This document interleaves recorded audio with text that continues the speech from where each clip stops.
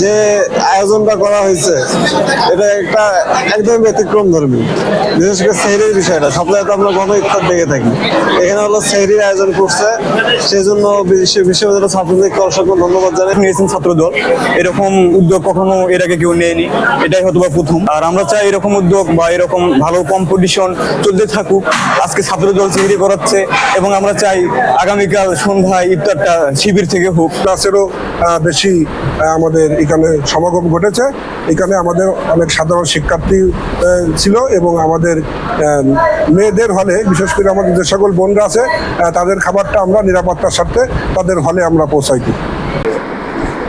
যে গত জুলাই আগস্টের যে গণ অভ্যুত্থান ঘটছে, এখানে যে সকল আমার ভাইরা শহীদ হয়েছে তাদের আত্মার মাগফিরাত কামনা এবং আমাদের সকলের প্রাণপ্রিয় নেত্রী দেশনেত্রী বেগম খালেদা জিয়ার সুস্থতা কামনায় আমরা একটা গণ সেহরির আয়োজন করেছি শেরেবাংলা কৃষি বিশ্ববিদ্যালয় ছাত্রদলের পক্ষ থেকে।